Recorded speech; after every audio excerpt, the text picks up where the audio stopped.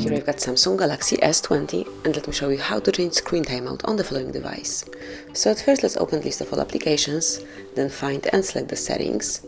Here you should scroll down and then pick display, and here just go a bit lower where you will find screen timeout. Just click on it, and now you have to pick the time that you would like to apply, so it can be 15 seconds, 30 seconds, 1 to 5 minutes or even 10 minutes. I will pick 5 minutes.